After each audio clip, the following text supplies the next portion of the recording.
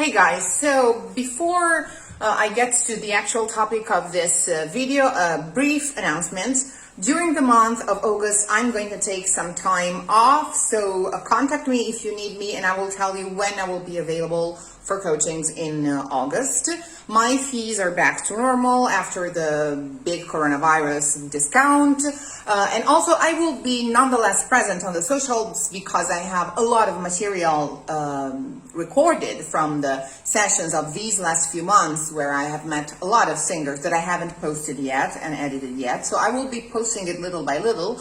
But most importantly, since I have been recording and editing and publishing a lot of material in the last few months, and of course you will not have had the time to catch up with it all for obvious reasons, I will be reproposing it in my stories and I will try to organize it by topic. So you will find highlights about all of the singular operas. You will find the Rigoletto highlight, the Traviata highlight, Tosca highlight, and so on.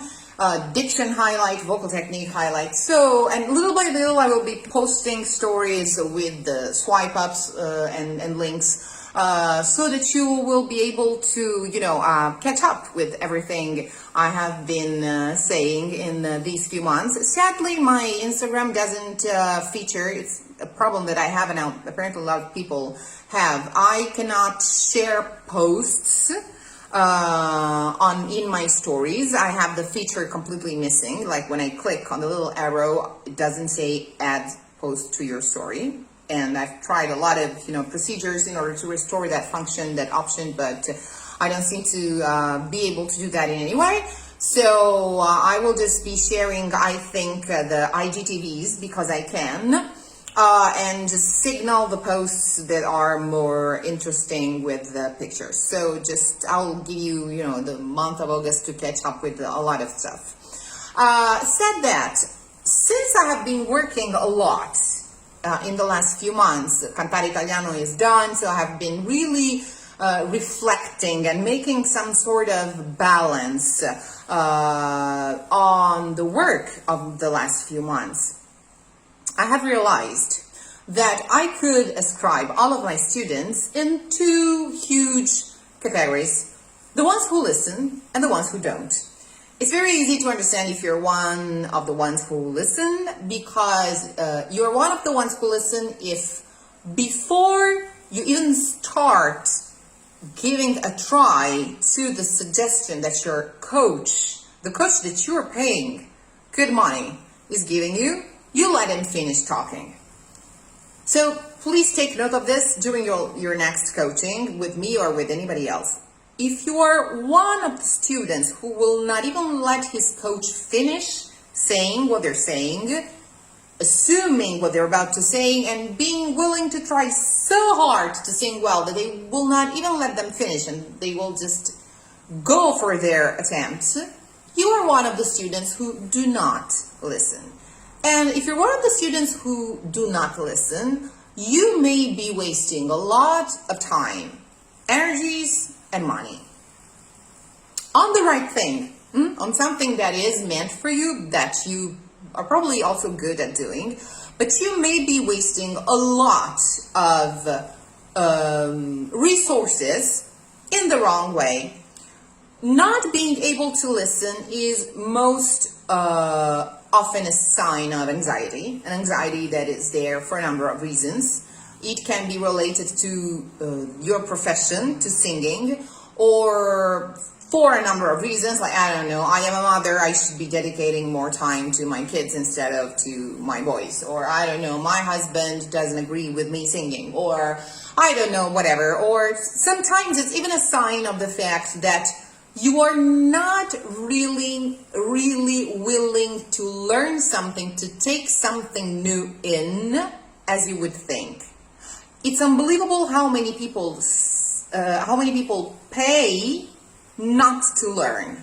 How many people, I'm serious, I'll say it again because it's really what I mean. A lot of people pay their coaches in order to somehow quench their guilt, because they need to pay for a coach, but they don't really want to.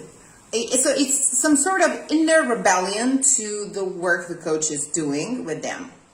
And we can tell, as coachings, we can tell because it's very heavy to coach such singers. Sometimes they're good singers, amazing singers, and they are, professionals or non-professionals, it doesn't make a difference. But sometimes they're not willing to learn and improve as much as they think. So they're pretending, they are quenching their guilt by paying for a session, but they're not really willing to let something new in. Think about it, because you may be one of them and you may be wasting a lot of money. The really good singers, the one who listen, the ones who just stop and listen, they are good singers because, first of all, they are not anxious. They optimize the time of their coaching by not singing all the time and giving the biggest amount of the time of the session, dedicating the biggest amount of the time of the session to listening. That's what you pay for. Receiving new information. Then you have all of the time in the world at home to see if that works on you, to make several attempts. But the thing you should be doing mostly during the session is to listen, to buy information from your coach. You don't have to prove anything. That's not a stage. You have to listen. It's really important to listen to your coach, because if you listen to your coach, you're also probably a singer who listens to themselves. A good singer, I've said that several times, is a person who, before even making a sound, has envisioned it. If they haven't envisioned it, the sound will come out randomly. Most of the times it will come out wrong. Most of the times there will be several attempts in a row before they make a sound. You know what I'm talking about. And all of those wrong attempts will be memorized by the body as wrong muscular memory. And once it's there, it's really hard to discard. Really, really hard to discard. The good singers, the highest level professionals I've had, they make very few attempts. They spare their voices. They make very few attempts. And they make sure that all of the attempts they make are right. They have been pondered so that the body just learns the right things. They do not learn wrong things that they have to discard, doing twice as much the work. So ask yourself if you are one of the singers who listens, because if you listen, you will not only be listening to your coach and making the best of the money you're paying for him or you're paying for them, for your coaches, but also you will be listening to your own sacred musical inspiration before you sing. You will be envisioning the sounds you make, and they will most likely be right sounds that will create right muscular memories that will make you spare a lot of energies and a lot of money in further coaching, for coachings. So ask yourself if you are one of the singers who listens or not, and ask yourself why you're not listening, in case you're not listening. Anxiety, mostly, but anxiety can have a number of reasons underneath. So this is a piece of wisdom that I wanted to share with you all, and because I have synthesized it from a lot of years doing this job. I've been teaching singing for 17 years, and I've been coaching Italian diction for opera for 11 now. So, and for some reason, I have just, after the last few months, I have synthesized this concept. The ones who listen, the ones who don't. And what a huge difference it makes, also for us. So, well, I hope this helps. I will see you around. Keep following me. Thanks so much to you all. It looks like you're a few, but you are amazing. You are the important ones. You keep coming at the right time, at the right moment for yourselves. For me, we're building a community.